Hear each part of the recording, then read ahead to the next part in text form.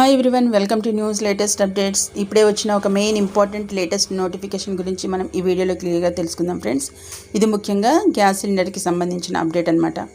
దేశవ్యాప్తంగా వంట గ్యాస్ వాడుతున్న వినియోగదారులకు శుభవార్త అందించాయి ప్రభుత్వ చమురు కంపెనీలు. తాజాగా కీలక ప్రకటన అయితే చేశాయి. తమ వినియోగదారుల భద్రత కోసం ఉచితంగా సేవలు అందిస్తున్నామని తెలిపాయి.